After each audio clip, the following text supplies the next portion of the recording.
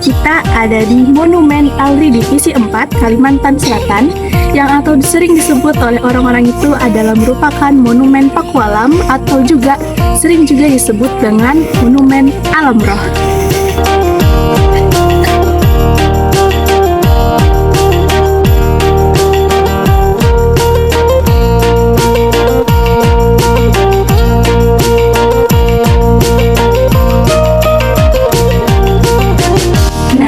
Perkenalkan, Naran Ulun Herliana Maksid dari program studi pendidikan guru madrasah ibtidaiyah Fakultas Tarbiyah dan Pengguruan dari Universitas Queen Antasari Banjarmasin. Jadi tujuan ulun ke sini itu merupakan untuk melaksanakan tugas dari dosen ulun yang mana itu merupakan mata kuliah Islam dan Budaya Banjar. Nah, jadi di sini itu kan termasuk ke dalam Cagar budaya.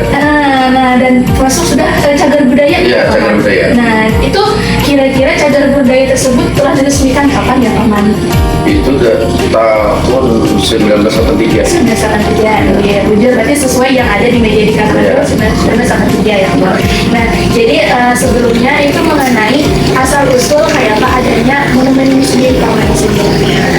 Kalau asal usul itu dibangun namanya itu untuk mengenang para pejuang dulu. Dulu kan di sini ada markas pejuang perintis Kalimantan Selatan. Nah, yang bernama pasukan itu pasukan Alam Roh. Nah, itu jadi untuk mengenang para pejuang itu ada di sini, maka dibangunlah untuk monumen ini. Jadi untuk mengingat para yang terbelakang ada atau kubur kita lah, nah atau lagi yang di bawah kita, supaya ingat bahwa di sini juga ada markas perjuangan, perjuangan. Nah, itu yang dipimpin oleh Jenderal Serbasri.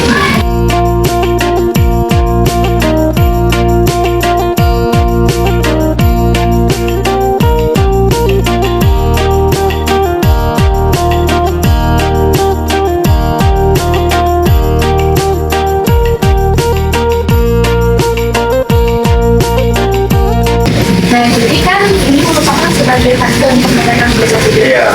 Jadi, nah, Jalan Bahari, Bahari bagian sekarang itu lebih dikenal sebagai Alam Roh. Nah, istilah Alam Roh itu sendiri berasal dari mana sih, Roman? Alam Roh itu bukan nama kampung, bukan nama apa-apa lingkungan, itu nama pasukan.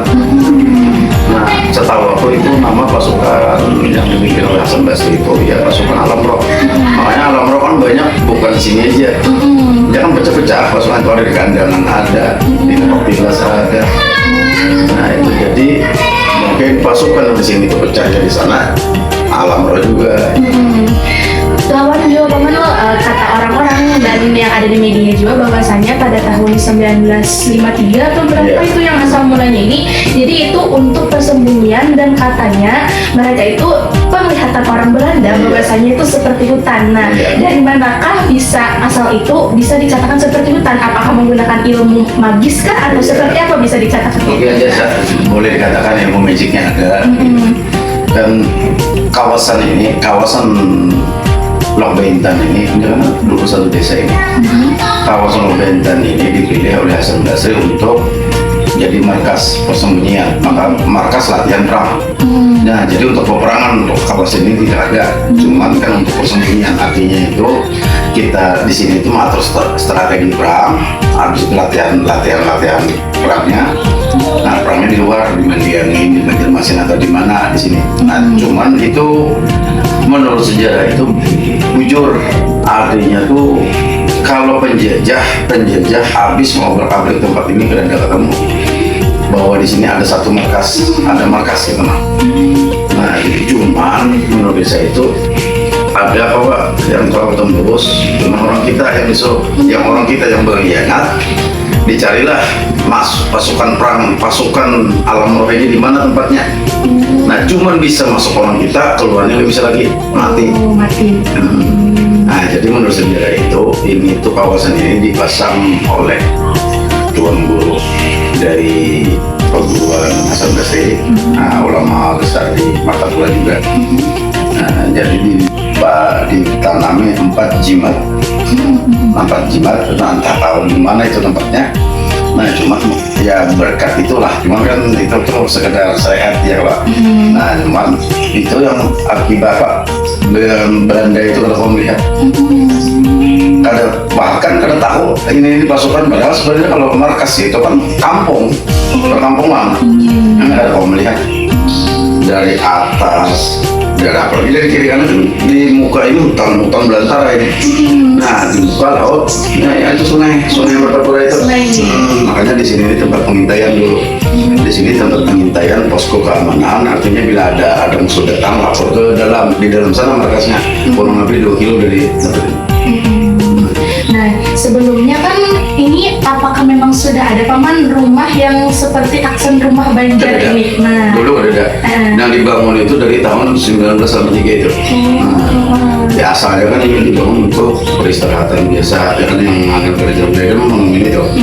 Nah cuman ini ada juga digunakan, makanya digunakanlah, artinya dianggap museum ini. Jadi kan ada alat-alat atau benda-benda bersejarah, artinya itu yang para pejuang itu punya.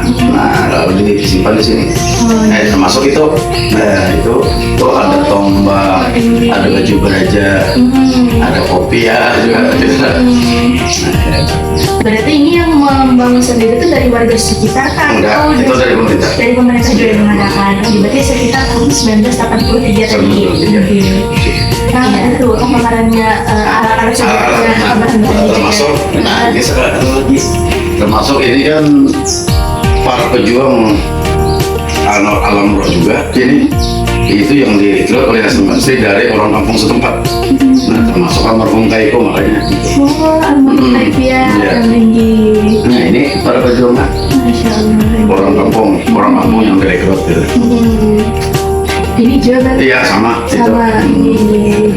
Ya pokoknya itu asli orang kampung produk setempat. Cuma ada yang dari Lok Baintan seberang, ada yang dari Pakalan. Dulu kan satu desa aja Lok Baintan. Satu aja deh. Cuma gue Makalan sekarang jadi 3 desa. Ini Lok Baintan dalam, Lok Baintan luar sama Pakualam. Tinggi.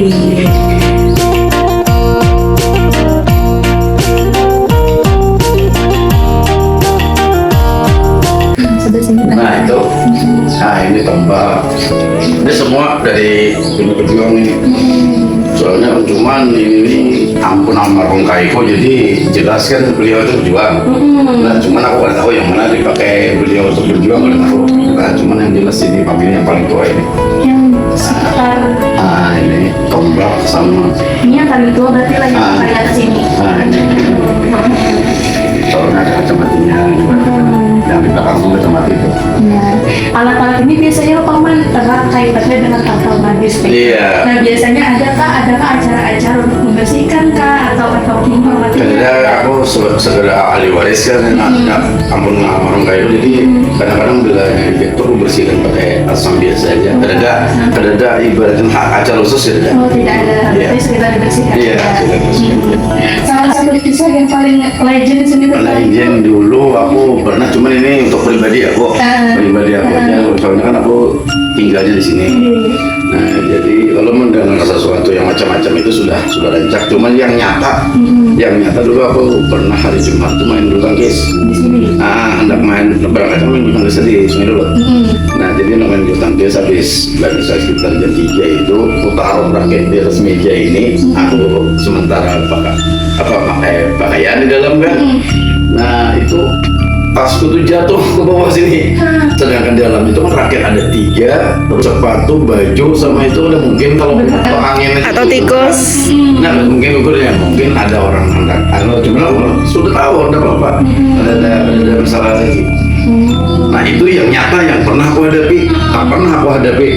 Nah kalau yang mistis yang lainnya kayak gini. Ini kan di muka ini ada tiang listrik, itu cat tenaga surya. Ini ada. Surya ini. Ada. Kalau tenaga surya ini, kalau kita pakai ada kontak magnet dari manusia itu 1 meter itu tambah nyala. Penyalaannya tambah. Nah, di sini yang masuk di sini, nah setahu aku kan kadang-kadang duduk sebelum menunggu maghrib itu duduk santai di sini. Nah, jadi yang paling sering menyala itu sebelah sana itu di bawah pohon. Berarti lu ada orangnya di bawah. Ya kan kalau udah jaraknya 1 meter itu tambah nyala, menyala. Nah, ini pokoknya tapi semua ini keliling karena kadang-kadang ada menyerang sorangan orangnya ada berarti ada orang nggak kayak Iya, aja BJP. soalnya aku seorang itu bilangnya lewat kita anak keluar nih ke jembatan kan lewat di sini lampu ini menyala kalau kita kan jadi kan ada magnetnya gitu nah berarti kalau menyala orangnya kan berarti ada orang di sana kita udah melihat gitu nah itu yang nyata nah lawan pernah aku seorang menghadapi cuma kalau bertemu langsung secara langsung udah pernah karena aku ahli waris di sini juga lawan kan yang ada di sini juga mungkin datu-datuku juga gitu nah soalnya aku pernah di sini cuman dulu pernah juga dari apa itu biasanya itu dari youtuber itu datang kan ada minta izin langsung video langsung dia langsung nyetop soalnya kan ada izin dulu nah pelihatnya tuh orang banyak di belakang kok jadi kan cut katanya kan stop aja ada apa banyak mana orang di rumah belakang bensin karena aku ada serangan mungkin orang hendak juga kan Anak melihat juga, anak masuk.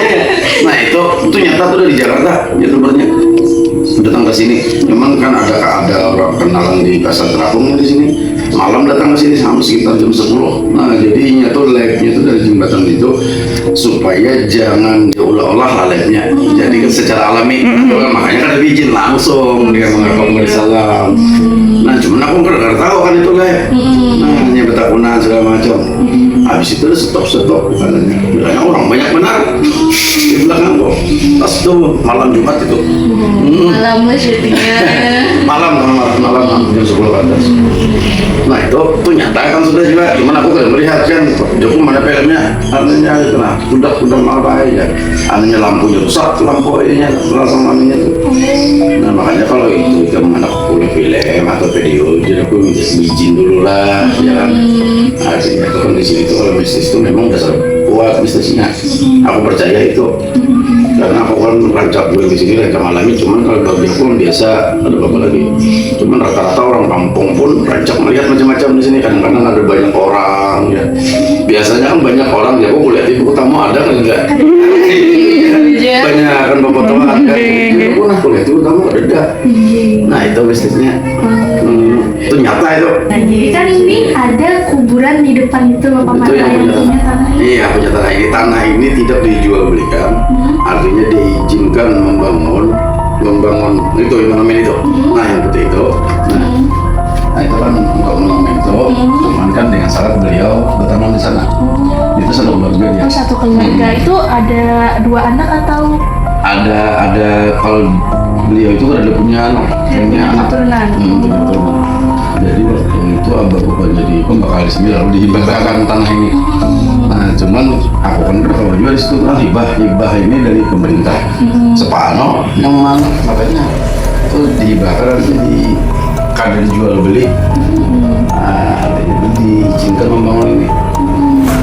Jadi dari Sidin lah tanah itu. Iya dari sini makanya dianggap untuk apa oleh angkatan laut itu kan ampun angkatan laut ini already di 4 artinya beliau itu pejuang kan macam-macam pejuang waktu dulu itu kan kalau memanukan hartanya untuk perjuangan kan dianggap perjuangan juga nah perjuangan peninggalan kayak ini baju beraja nah baju beraja ini termasuk apa ampun kayak itu juga nah di pinggangnya di toko-toko kamu dia dulu Oh, ini kaos anu lah. nah ya kaos biasa jadi cuman dituliskan itu huruf-huruf Arab itu yang mungkin ada bapaknya juga Berarti itu dipakai bakal dari Sidin gitu lah kan? iya kayak pejuang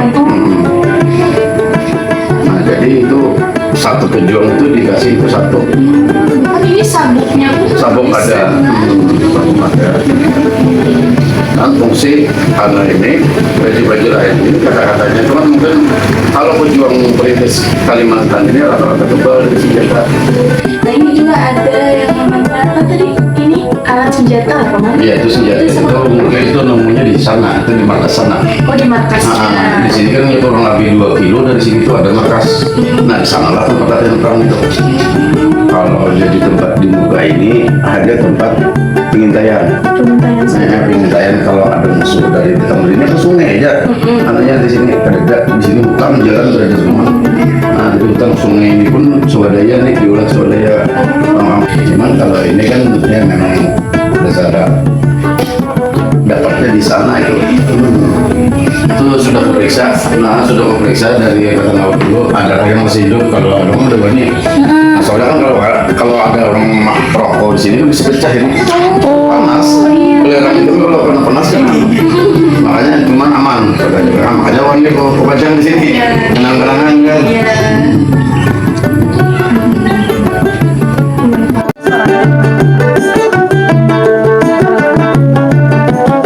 Paman karena Iya. kita fasilitas kayak Iya. ini terus macam ini ada dapat paman fasilitas pemberdayaan kayak segini biasanya kan orang wisata tuh pasti untuk bayar kayak Iya, gitu beda. dan mengelolanya siapa kan untuk wisata ini atau untuk terbuka untuk umum saja Untuk terbuka untuk umum. biasa aja berarti siapa aja buat Siapa aja boleh datang. Masalah orang haram menggali ya silakan kalau ada yang terbuka.